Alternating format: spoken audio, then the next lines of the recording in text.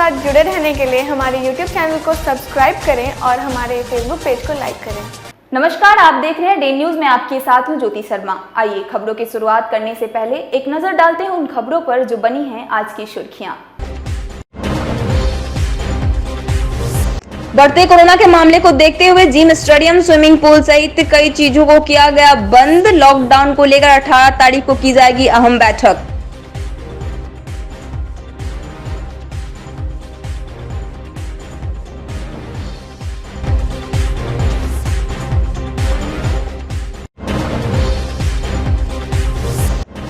Auto यात्री से लूटपाट करने वाला 2 सातिर चढ़ा पुलिस के हत्थे। ऑटो में बिठाकर यात्रियों को बनाया था निशाना।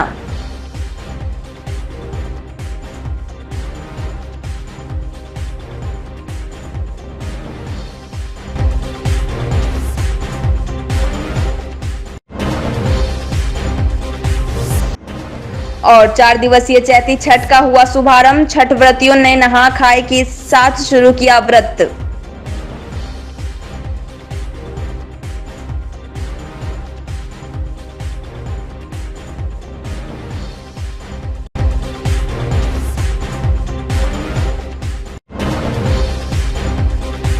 ये थी सुर्खियां और अब खबरें विस्तार से। देश भर के साथ साथ बिहार में भी कोरोना महामारी आग की तरफ फैल रहा है। प्रतिदिन मौत के आंकड़े भी बढ़ते जा रहे हैं। शुक्रवार को मुख्यमंत्री नीतीश कुमार ने संबंधित अधिकारियों के साथ बैठक कर महत्वपूर्ण फैसला लिया। कोरोना संक्रमण की बढ़ती लहर को देखते हुए तत्काल प्रभाव से बिहार के सभी स्पोर्ट कॉम्प्लेक्स, आउटडोर एवं इंडोर स्टेडियम, स्विमिंग पूल, खेल मैदानों में खेलों का आयोजन, कार्यक्रम, प्रशिक्षण एवं जिम संचालन पर रोक लगा दी गई है। बैठक के बाद मुख्यमंत्री नीतीश कुमार ने लॉकडाउन के बारे में क्या कुछ कहा, आप भी सुनिए। पूरी जानकारी लेकर और क्या करना, और आपको मालूम है कल एक मीटिंग होने वाली ऑल पार्टी के साथ मीटिंग भी होगी। गवर्नर साहब ने आमंत्रित किया है, तो उस विषय में जो सारी बातें अब तक की गई हैं उसके बारे में सब चीज़ों की जानकारी देना और सब लोगों की बात सुनना, और उसके बाद जो भी उपयोगी होगा उसके बारे में निर्णय लेना।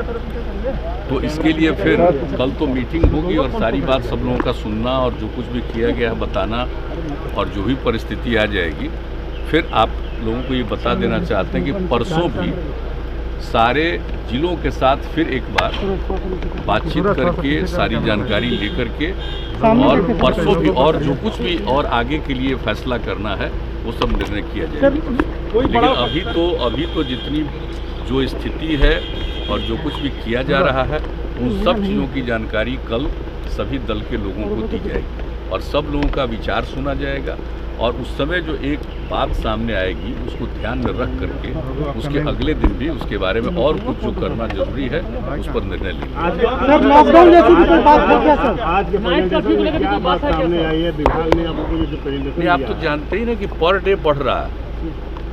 आज भी जो अब तक रिपोर्ट आई है उसके हिसाब से कल से बढ़ा है, तो देख ही रहे हैं चारों तरफ की बात है। तो बहुत सारी बातें हुई हैं, कल भी एक्चुअली उसके बारे में वहाँ पर कहेंगे वो ज़्यादा बेहतर है, और आप लोगों के बीच में भी ये लोग हेल्थ डिपार्टमेंट की तरफ से कुछ बातें बताई जाएंगी प्रतिदिन। तो उन सब चीज़ों के लिए जो कल चर्चा हो जाएगी तो उसके बाद कोई और बेहतर निर्णय नहीं, वो सब कल सुनने के बाद ही परसों इन सब चीज़ों पर बातचीत होगी। तो हम पहले ही बता ऑक्सीजन सिलेंडर की एक कमी की बात आ रही है, उसके लिए भी पूरी बातचीत हो चुकी है। वो सब जानकारी कल भी दी जाएगी और हेल्थ डिपार्टमेंट की तरफ से भी सब बातों की जानकारी दी जाएगी। सिकंदरपुर ओपी पुलिस ने ऑटो यात्रियों से लूटपाट करने वाले 2 सातिर को गिरफ्तार किया है। ये दोनों पहले अपने ऑटो में यात्रियों को बैठाता था, फिर सुनसान जगह पर ले जाकर उससे लूटपाट करता था।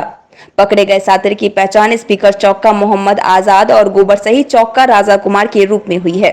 पुलिस इन दोनों की कुंडली खंगालने में जुट गई है। दरअसल गुरुवार की रात अखाड़ा घाट रोड में इन दोनों ने अपने ऑटो में एक यात्री को बैठाकर सुनसान जगह पर ले जाकर लूटपाट कर रहा था। स्थानीय लोगों के शोर मचाने पर पब्लिक जुट गई और दोनों को जमकर खातेदारी कर दी। मौके पर पहुंची पुलिस ने दोनों को गिरफ्तार कर जेल भेज दिया है। पैसा छीन के भाग रहा था। किनका पैसा छीन के भाग? वो पब्लिक का, यात्री का। अच्छा, जांच हो रहा है, जांच कर रहा है। जेल भेजा जा रहा है? जेल भेजा जा रहा है। कहाँ का दोनों युवक है? एगो काजी मोहम्मदपुर का है, एगो आपको गोबरसही का। और ये लोग का पहले से भी कोई रिकॉर्ड है? अभी तो नहीं मिला है। पैसा वैसा बरामद हो पाई लूटा हुआ? पैसा मिला है। कितना मिला है? 610 रुपया। और क्या ऑटो यात्री से लूटते थे क्या ये? हाँ, ऑटो ही यात्री से लूटते नहीं थे, छीनते थे। शुक्रवार को जिला पुलिस की एक बड़ी लापरवाही के कारण न्यायालय परिसर में घंटों हाई वोल्टेज ड्रामा चलता रहा। दरअसल मामला यह था कि सिकंदरपुर ओपी क्षेत्र के भोला राय को, जो 8 वर्षों से एक मामले में फरार चल रहा था, नगर थाने की पुलिस के द्वारा गिरफ्तार किया गया। वहीं पुरानी बाजार निवासी गोपाल कुमार को भी जमीनी विवाद में गिरफ्तार किया गया। इन दोनों को नगर थाने की पुलिस एक साथ लेकर सदर अस्पताल में कोरोना जांच के लिए पहुंची, जहां भोला राय कोरोना पॉजिटिव पाया गया। इसके बावजूद भोला राय और गोपाल कुमार को एक ही हथकड़ी में नगर थाने की पुलिस ने सदर अस्पताल से न्यायालय परिसर तक घुमाती रही। इस बात की जानकारी मिलने के बाद गोपाल कुमार और भोला राय के परिजनों ने न्यायालय परिसर में जमकर बवाल काटा। इसके बाद जब कांस्टेबल चंद्रशेखर सिंह के द्वारा आनन फानन में दूसरी हथकड़ी मंगाकर दोनों को अलग किया गया, तब जाकर दोनों के परिजन शांत हुए। भोला राय को जहां एसकेएमसीएच में इलाज के लिए भेज दिया गया, वहीं गोपाल कुमार को न्यायिक हिरासत में जेल भेज दिया गया। रात हम सब सोए हुए थे। सुतला में 7 गो आदमी हमरा घर में, 4 गो आदमी ओकरा घर में, फिर 5 गो आदमी ओकरा घर में, सब के घर में सिपाही ढुकल है। 4 गो घर सिपाही के है। आज तो हाथी लाठी सुतले पर चला रहल है। इसलिए उसको पकड़ा, पूछा जे काहे घर में घुसे है, तो बोले हम चोर के पकड़ रहे हैं, चोर भागा है। जब उसको पकड़ा तो पूछे जे काहे पकड़ रहे हैं इसको, चोर तो नहीं है, तो सुता हुआ है। तो बोलूं आशा देवी हमको भेजा है, तो आशा देवी भेजा। जब वो चले बेटी वाला है, और जब आशा देवी चल आया, और जब सिपाही लेके उसको चल आया, तकरा बाद में फिर उसका दोनों बेटा हमको घर में घुस के गया मारने, हमको सके हम हल्ला किए। तकरा बाद जब मारने गया तो सिपाही फिर दोबारा फोन करके बुलाया है, और सिपाही हमको सके घर में घुस के मारा है। सिपाही नाम पूछा तो नाम नहीं बोला है। कहाँ का मामला है? आपका डेट फेल हो गया, हम लोग भी कहेंगे ठीक है आपका धीरे धीरे पैसा दे देंगे। 1 लाख का बात है, हम जब आपको देने के लिए तैयार है पैसा, तो आप किस आधार पे आप इनको उठा के ले आए? मेरा छोटा 3 बच्चा है, ये इधर है, तो हम लोग कैसे घर चलाएंगे? आज क्या हुआ है? आज कोरोना, ये मेरा वती नहीं है, मेरे हस्बैंड इधर जो साइड में वो मेरा हस्बैंड है। वो झूठा केस में इनको घर से पकड़ के लाया गया। जब ये इनका पैसा का बात है तो ये पैसा आपको 1 लाख दे। एक व्यक्ति की कोरोना की पॉजिटिव की बात आ रही है सामने, ऐसा क्या मामला है? ये मामला है कि उनके जो कोरोना पॉजिटिव है उनको हटा के रखिए, उनका हाथ जो एक दूसरे में बांधे उनको भी हो जाएगा। जहाँ एक तरफ सरकार कहती है कि सोशल डिस्टेंसिंग का पालन किया जाए, कोरोना पॉजिटिव जिसका आ जाता है, और उसी एक ही हथकड़ी में दोनों को बांध रखा है, ऐसा क्या है? देखिए सामने में और बोलिए तो आप ही को धमकी दिया जाएगा कि आपको अंदर कर देंगे। आप बताइए, सरकार जब ऐसे आपसे बात कर रही है तो आप किसको बोलेंगे? प्रशासन धांधली मचा के रखते हुए एकदम। आप ज्यादा बोलिए तो आप ही को अंदर कर दिया जाएगा। भोला को तो फिर एक नेगेटिव पॉजिटिव दोनों को एक ही साथ एक ही हथकड़ी में क्यों बांधे हो? हम सूचना मैंने दे दिए हैं, मैंने पंडित का आदेश है। फिर दोनों को एक ही हथकड़ी में क्यों बांधे हो आप? तो वहाँ मैंने, हम कोई डॉक्टर तो नहीं है जो मैंने जैसे, तो आपको पता हुई नहीं कोरोना पॉजिटिव है? तो हमको तो मैंने यहाँ अथी में ना हुआ पता, वहाँ से बताएगा नहीं, हॉस्पिटल में ना पता हुआ, वहाँ से मैंने। अभी भी तो आपको अलग करना चाहिए, वही ना मंगवा रहे हैं, मुंशी जी को फोन किए। सदर थाना के भगवानपुर स्थित एक संस्थान में गुरुवार को एसएससी परीक्षा के दौरान मुन्ना भाई को पकड़ा गया। पूछताछ करने के बाद उसे पुलिस के हवाले कर दिया गया। उसके पास से एक आधार कार्ड बरामद हुआ। आरोपित की पहचान नालंदा जिले के दीपनगर थाना के महानंदपुर गांव के विक्की कुमार के रूप में हुई है। उसके खिलाफ केंद्राधीक्षक पूनम कुमारी ने प्राथमिकी दर्ज कराई है। बताया गया कि गुरुवार को एसएससी की परीक्षा आयोजित थी। वे उक्त संस्थान में केंद्राधीक्षक के रूप में कार्यरत हैं। परीक्षा शुरू होने के बाद जब वे कक्ष में निरीक्षण करने पहुंची, उस दौरान पाया कि आरोपित का चेहरा कंप्यूटर पर लगे तस्वीर से मेल नहीं खा रहा। इसके बाद उसे ले जाकर पूछताछ की गई। पहले तो उसने टाल मटोल किया, लेकिन सख्ती से पूछने के बाद बताया कि नालंदा जिले के नूरसराय थाना के पिरौना के प्रशांत कुमार की जगह परीक्षा देने आया था। इसके लिए उसे 10,000 रुपए मिले थे। उसके बाद मुन्ना भाई को जेल भेज दिया गया है। मैं दूसरा जगह पर बैठ गया था, इसलिए इसका ठीक किया गया। कितने जगह बैठा था? अब प्रशांत कुमार को नाम इसका किया। दोस्त है? अब दोस्त है क्या है अभी तो यह बताएगा। क्या कार्रवाई कर रहे हैं? जेल भेजा जा रहा है इसका। पैसा वैसा लेके बैठा है क्या? अभी तो पता हमारा नहीं है, पैसा वैसा लेके बैठा। जेल भेजा जा रहा है। क्या शुभ नाम हुआ अपना? राकेश कुमार सयानी, सदर थाना। सब इंस्पेक्टर सयानी राकेश कुमार। देश में कोरोना वायरस के मामले में जबरदस्त तेजी के बाद सरकारें हरकत में आई है। दिल्ली से लेकर मुंबई, गुजरात से लेकर राजस्थान तक पाबंदियां लगा दी गई है। देश में करीब 1 दर्जन राज्यों ने अपने यहां नाइट कर्फ्यू, वीकेंड लॉकडाउन जैसी पाबंदी लगा दी है। ऐसे में अब लॉकडाउन का खतरा बढ़ता देख दूसरे राज्यों में रहने वाले फिर से पलायन शुरू कर दिए हैं। पिछले साल लॉकडाउन की वजह से सब काम बंद हो गया था, घर जाने में भी मुश्किलें आई थी, इसलिए प्रवासी इस बार रिस्क नहीं ले रहे हैं। पिछले साल का अनुभव बताते हुए कई मजदूरों का कहना है कि वो पिछले साल लॉकडाउन में ज्यादा पैसा खर्च कर ट्रकों से अपने घर पहुंच पाए थे, इसलिए इस बार वे रिस्क नहीं ले रहे हैं और घर वापस आ गए हैं। वहीं प्रवासी मजदूरों की भारी संख्या को देखते हुए रेलवे प्रशासन भी एक्टिव हो गई है। हर किसी को जानकारी दी जा रही है, बार बार अनाउंसमेंट हो रही है ताकि किसी तरह की कोई भ्रम ना फैले और मजदूरों में भय पैदा ना हो। आपको बता दें कि कोरोना वायरस के मामले तेजी से बढ़ने के कारण कई राज्यों ने अपने यहाँ नाइट कर्फ्यू, वीकेंड लॉकडाउन लगाया है। महाराष्ट्र, गुजरात, मध्य प्रदेश, उत्तर प्रदेश, दिल्ली और राज्यों में फिर से चिन्हित शहरों में इसे लागू किया है। ऐसे में हर तरफ यही सोच है कि हालात बेकाबू हुए तो लॉकडाउन लग सकता है। मुंबई से मुजफ्फरपुर पहुंचे प्रवासियों ने कहा कि अब कुछ भी हो जाएगा, अपना घर छोड़कर दूसरे प्रदेश नहीं जाएंगे। इसके लिए हम लोग सोचे, पूरा 2 महीना का हम लोग का सैलरी उली भी उधर रह गया। कंपनी बोला कि जा सकते हो, पैसा अभी नहीं मिलेगा, नहीं तो काम करना है तो करो। हम लोग बोले कि उधर रहेंगे तो फिर खाना पीना का कैसे होगा। पिछले साल भी वही हाल था, बुरा हाल था। तो हम लोग सोचे कि अच्छा हुआ ऐसे ही वहाँ से ट्रेन पकड़े इधर आ गए अपना घर के लिए। पिछले बार लॉकडाउन में आए थे आप? जी।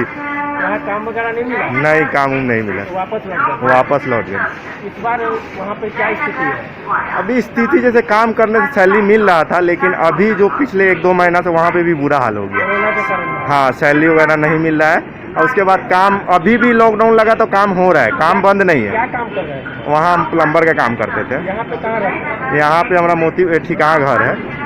फिर वापस अब जाएंगे कि नहीं? ना, अभी तो कोई सोचे नहीं है, क्योंकि अभी इस हाल से गुजर के आ रहे हैं तो कैसे जाएंगे। अभी तक आ रहे हैं। अभी क्यों अचानक वहाँ से आना पड़ गया? आना पड़ा कि वहाँ लॉकडाउन स्थिति बहुत ख़राब है, इसके लिए कि वहाँ को बहुत हालत बुरी है, इसके लिए हमको लोग को यहाँ आना पड़ेगा। काम धंधा का पूरा मिलता नहीं है, प्लस पैसा वैसा का बहुत दिक्कत होता है वहाँ, इसके लिए गांव आना पड़ता है। क्या काम करते थे? हुआ है इलेक्ट्रीशियन का काम कर रहे थे। क्या नाम है आपका? मेरा नाम है MD आशिक है। अब वापस जाएंगे क्या? नहीं, देखेंगे स्थिति सही रहेगा ठीक है, नहीं तो यहीं करेंगे। ऐसा स्थिति में कौन जाएंगे? यहीं पे गुजारा हाँ, आने का ही, लेकिन वहाँ पे अभी कोरोना की वजह से अभी सिचुएशन बहुत खराब है। अभी क्या काम करते थे वहाँ पे? मैं अकाउंट डिपार्टमेंट में। और वहाँ पे स्थिति बहुत खराब हो गई है? यहाँ पे स्थिति बहुत खराब है। तो अब क्या प्लान है? अभी यहीं पे रहना है या फिर अभी जब तक वहाँ से लॉकडाउन नहीं हटेगा तब तक तो यहीं पे रहेंगे? तब तक यहीं पे रहेंगे।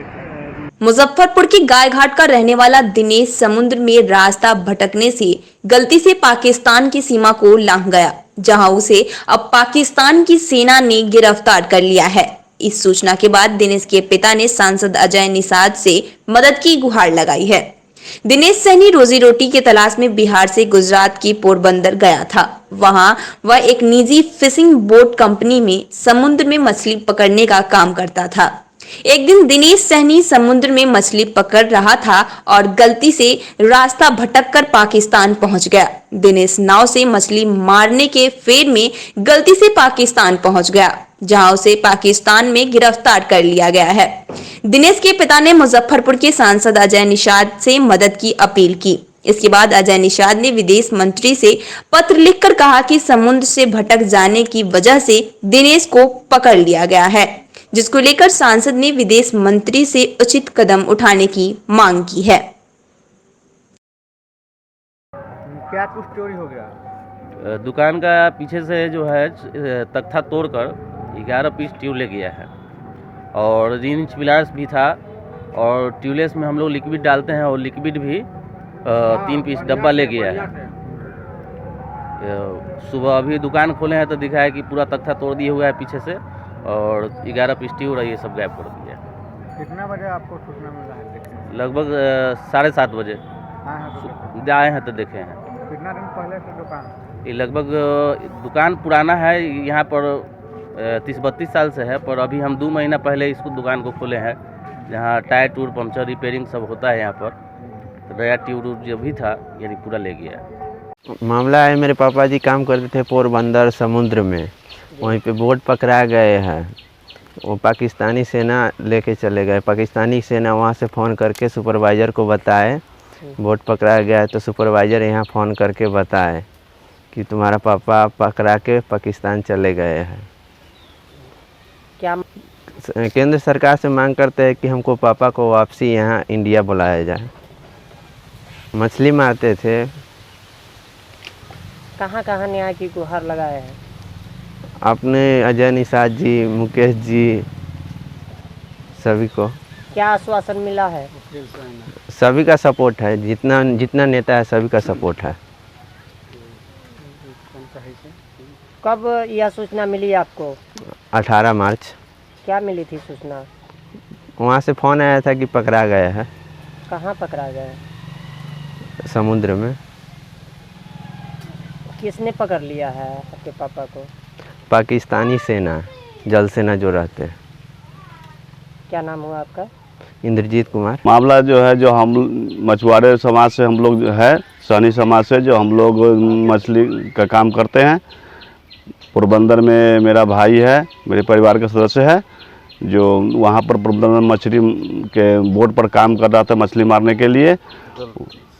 तो वहाँ पर जो है मछली मारने के लिए भटक गया, रास्ता भटक गया, इसलिए पाकिस्तान का जो सैनिकों से है उन लोगों को बोट समेत पकड़ लिया गया। अब क्या मांग करते हैं? हम लोग मांग करते हैं जो केंद्र सरकार से निवेदन है कि इसे उसको वतन की वापसी के लिए मैं गुहार करता हूं, जो किसी तरह हो वतन के लिए उनकी वापसी चाहिए। कब उनको बंधक बना लिया गया? 18 मार्च को। 18 मार्च को हम लोगों को वहाँ से फ़ोन आया पोरबंदर से, जो दिनेश सहनी और बोट पर जितने लोग थे सब वहाँ पर बंधक बन गया पाकिस्तान में। वहाँ से सुपरवाइज़र ने हम लोगों को बताया फ़ोन करके, तो हम लोगों को पता चला। पोरबंदर में क्या करते थे आपके भाई? मछली का काम, समुद्र में मछली मारते थे बोट पर। कहाँ कहाँ न्याय की गुहार लगाए? मैं केंद्र सरकार से मैं न्याय का गुहार लगाया हूँ। जिला अजय निषाद जी से भी कहा हूँ इसके लिए। निषाद समाज से हम लोग आ रहे हैं। मैं गुहार लगाता हूँ जो किसी तरह वतन की वापसी मेरे भाई को कर दिया जाए। हमारे चंदेश्वर सैनी नाम है, हमारे लड़का है दिनेश सैनी। वो कुछ दिन आगे से पोरबंदर में काम करता था। दूसरे के ठेका है, वो ठेकेदार पोरबंदर का है, मजदूरी करता था। 5-6 को धिया पुता है, उसके पालते थे उसी से। और वो अखनी पकड़ा गया था, हाल रोजी कुछ नहीं है। और धिया पुता खाने लिए मारता है। और एक को कमाने वाला यहाँ 6 को 7 को खाने वाला है। अब क्या किया जाए? इंदिरा सरकार से हम लोग अर्जी करते हैं जो हमारे लड़का के किसी तरह छूटा जाए। क्या हुआ है आपके लड़का के साथ में? वही बात है, बोट पर काम करता था मछुआरे वाले। किसने पकड़ लिया है? पाकिस्तान का जो है, क्या कहता है उसका, सैनिक। क्या मांग करते हैं? मांग करते हैं जैसे किसी तरह से उसके हिंदुस्तान में भेजा जाए। कोरोना के बढ़ते मामले को लेकर मुजफ्फरपुर के विधायक विजेंद्र चौधरी ने केंद्र सरकार और राज्य सरकार पर बड़ा हमला किया। पताही में कोविड-19 हॉस्पिटल को फिर से शुरू करने के लिए विधायक विजेंद्र चौधरी ने अपने घर में 1 दिवसीय धरना का आयोजन किया। धरना पर बैठे विधायक विजेंद्र चौधरी ने कहा कि केंद्र और राज्य सरकारें कोविड-19 नियम बनाती हैं, खुद ही उसका पालन नहीं करती। बंगाल चुनाव में रैली के नाम पर भीड़ जुटाने के मामले में विजेंद्र चौधरी ने बीजेपी पर बड़ा हमला किया है। विधायक ने कहा कि लोगों की जान बचाने के लिए चुनाव को टाला जा सकता था, लेकिन बीजेपी राजनीतिक फायदे के लिए बंगाल के निवासियों को कोरोना वायरस के आग में झोंक रही है। उन्होंने बिहार के पंचायत चुनाव को 6 महीने के टालने की मांग की है। विजेंद्र चौधरी ने कहा कि डीआरडीओ के द्वारा पताही हवाई अड्डा में 500 बेड का हॉस्पिटल बनाया गया था, वह बहुत कारगर था। कोरोना की बढ़ती संख्या को देखते हुए फिर से यह हॉस्पिटल शुरू की जाए। विजेंद्र चौधरी ने कहा कि चुनाव के समय में वे खुद कोरोना पॉजिटिव हो गए थे, इसलिए लोगों को कोरोना से बचने के लिए सोशल डिस्टेंसिंग, मास्क और सैनिटाइजर का प्रयोग करने की अपील कर रहे हैं। कानून में प्रावधान है वोट को बढ़ाने का, 6 महीना तक टाल सकते हैं, फिर उसके बाद कानून में सब जगह प्रावधान है, तो क्यों नहीं चुनाव टल सकता है। पहले हमारा कर्तव्य है सामाजिक और राजनीतिक लोगों का कि हम जो है सो जनता का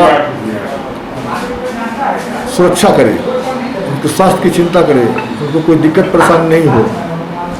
तो इसलिए सब लोगों को अभी चुनाव जो बंगाल में हो रहा है, चाहे अन्य राज्यों में हुआ है, सबको चुनाव होने नहीं देना चाहिए था। जब बढ़ गया तो कोरोना, पंचायत चुनाव बिहार में होना है, फिर धक्का मुक्की होगा, फिर भीड़ बढ़ेगी। कुंभ में स्नान करने से, मुख्यमंत्री जी का बयान आ रहा है कि स्नान करने से जो है सो सारा कोरोना खत्म हो जाएगा। क्या हो रहा है? राजनीतिक कोरोना बीमारी किसी का धर्म और जाति और पार्टी देख के नहीं आता है, सबके लिए बराबर है। तो आदमी को बचना चाहिए, और जो सरकार निर्देश दे रही है कि हमारे कानून का पालन होना चाहिए, तो उसका पालन स्वयं यदि नहीं करेंगे तो किसी पर क्या प्रभाव पड़ेगा। मुजफ्फरपुर में तो स्थिति बड़ी खराब है, यहाँ व्यवस्था नहीं है बेड का। 500 बेड का व्यवस्था पताही हवाई अड्डा पर किया गया था पिछले दफ़ा, उसको भी हटा लिया गया। हम मांग करते हैं सरकार से, प्रशासन से, भारत सरकार, सबको हमने चिट्ठी लिखा है, प्रधानमंत्री जी से लेकर डीएम तक, और सब लोगों से आग्रह किया है कि पताही कोविड का जो अस्पताल था वो सबसे अच्छा था, बेहतर था। बिना पैरवी के वहाँ लोग जाते थे और स्वस्थ होकर आते थे, बड़ा अच्छा रिजल्ट था। तो हम चाहेंगे कि जल्दी जल्दी उत्तर बिहार की राजधानी है मुजफ्फरपुर में, पताही में उसको चालू तुरंत किया जाए। और भी स्वास्थ्य की व्यवस्था, मेडिकल कॉलेज में डॉक्टरों की कमी है, तो इसके कारण लोगों को परेशानी बढ़ रहा है। तो सब लोगों से आग्रह करेंगे कि मिलजुल करके इसमें पार्टी को नहीं देखे, जाति को नहीं देखे, धर्म को नहीं देखे, सब लोग मिलकर मानव की रक्षा करें, जनता की रक्षा करें, उसमें स्वास्थ्य का बेहतर सुविधा उपलब्ध करावें। यही हमारा आग्रह है लोगों से। धन्यवाद। अब खुद चुनाव के समय कोरोना पॉजिटिव हो गए थे, तो लोगों को क्या सलाह देंगे, किस प्रकार बचें, क्या करें? भाई अभी भीड़ भाड़ से बचना चाहिए, कोई ज़रूरी काम हो तभी निकलना चाहिए, मास्क और सोशल डिस्टेंसिंग का पालन करना चाहिए, ये ज़रूरी है, अपने लिए ज़रूरी है, दूसरे के लिए नहीं। हम जो बोल रहे हैं हम तो बचे हुए हैं, लेकिन आम आदमी, परेशान गरीब आदमी, उसको व्यवस्था करना चाहिए, सरकार को ऐसी व्यवस्था करे जिससे कि उसका रोजी रोटी भी चले और बीमारी को भगाने में कामयाब हो सके। दोबारा लॉकडाउन लगाने की डिमांड करते हैं कि नहीं, दोबारा लॉकडाउन की नहीं, और जो व्यवस्था है उसको करना चाहिए, क्योंकि आर्थिक रीढ़ टूट जाएगा तो फिर बड़ा मुश्किल है। जो लेबर काम कर रहे हैं, दुकान यदि बंद हो जाएगा, ऑफिस बंद हो जाएगा, तो कहाँ जाएंगे? जो सुबह कमाते हैं और शाम को जिंदा रहते हैं खाना पर, तो वो कहाँ जाएंगे? चैती छठ का 4 दिवसीय अनुष्ठान शुक्रवार को नहा खाए के साथ शुरू हो गया। सुबह में पवित्र स्नान के बाद व्रतियों ने अरवा चावल का भात, कद्दू की सब्जी, दाल और बचका भगवान भास्कर को अर्पित कर नहा खाए का प्रसाद ग्रहण किया। सुबह से ही जिले के विभिन्न घाटों पर पहुंचकर व्रतियों ने स्नान किया और नहा खाए का प्रसाद बनाने के लिए गंगा जल लिया।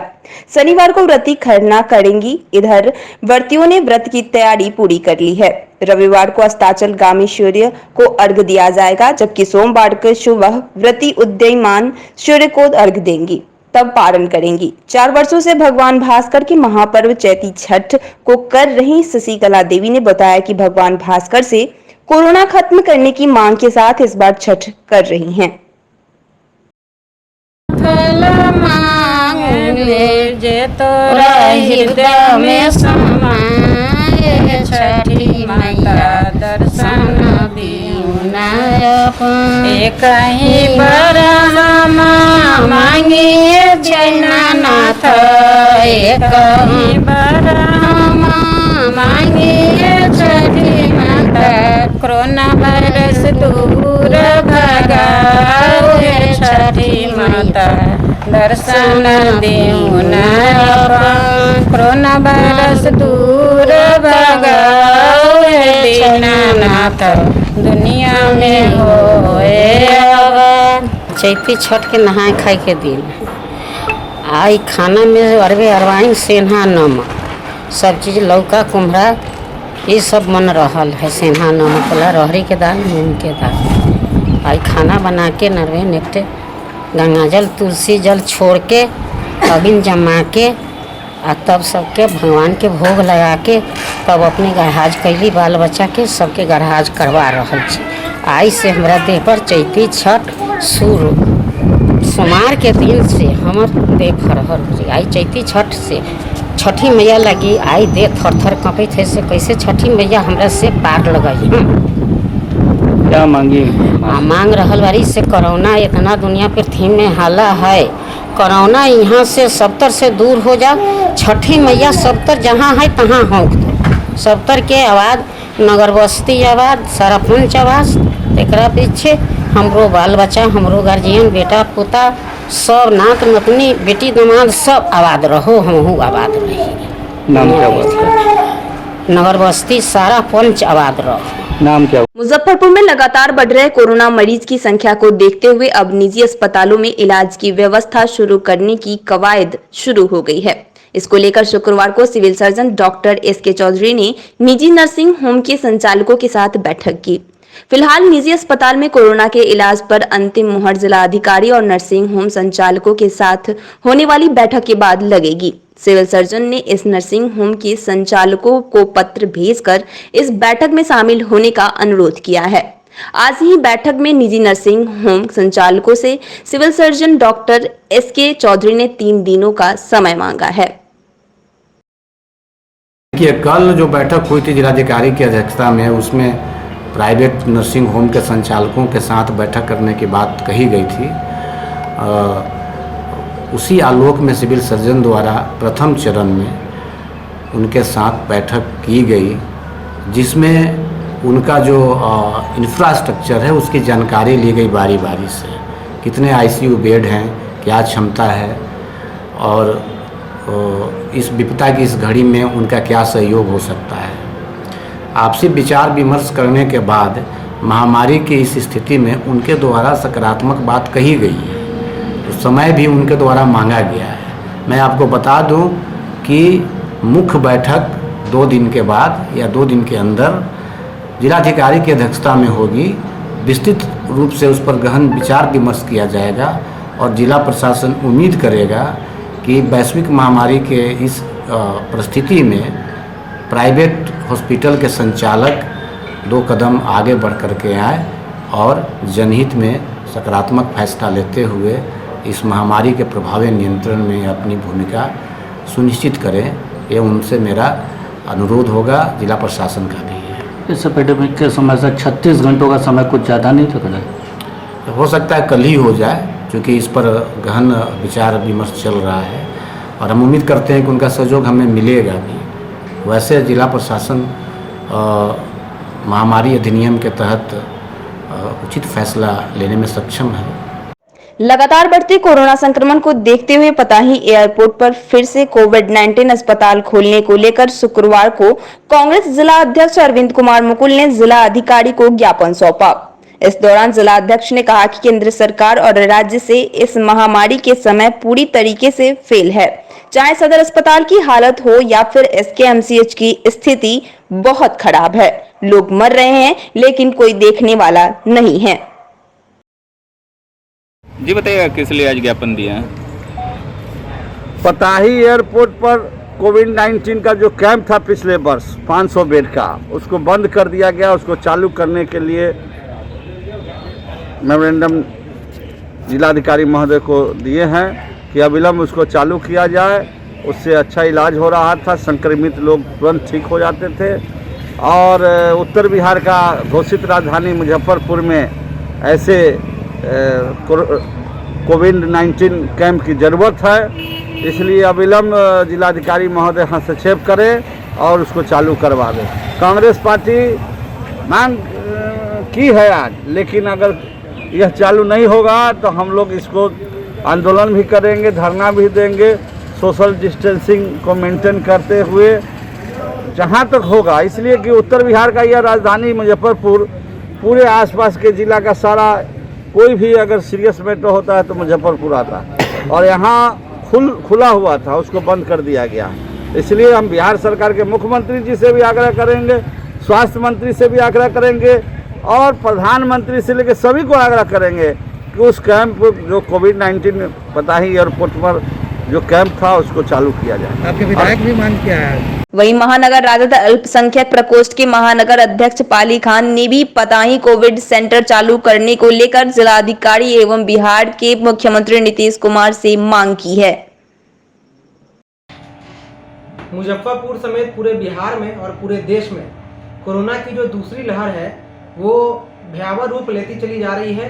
हमारे मुजफ्फरपुर में भी डेली का आंकड़ा देखें तो काफ़ी केसेस, मतलब कोरोना की जो पहली लहर थी उसके दुगने तिगुने केस जो है वो इस बार वाली लहर में निकल रही है, जिससे कि बहुत ही भयावह स्थिति होने की आशंका है। मैं मुजफ्फरपुर के जिलाधिकारी महोदय से, महानगर राजद अल्पसंख्यक प्रकोष्ठ की ओर से, मुजफ्फरपुर के जिलाधिकारी महोदय से और बिहार के माननीय मुख्यमंत्री श्री नीतीश कुमार जी से मैं ये मांग करता हूँ, ये आग्रह करता हूँ कि मुजफ्फरपुर में जो पताही कोविड केयर सेंटर जो बना था, जो पूर्व में की भांति जैसे वो चालू था, उसको फिर से पुनः चालू कराया जाए ताकि लोग वहाँ जा करके, आम लोग वहाँ जा करके अपना इलाज करा सके, जो भी कोविड से ग्रसित लोग हैं वो इलाज करा सके।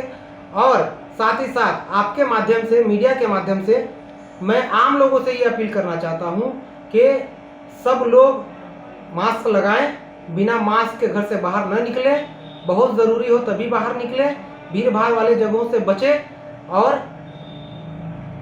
मास्क लगाएं, खुद भी बचें, दूसरों को भी बचाएं।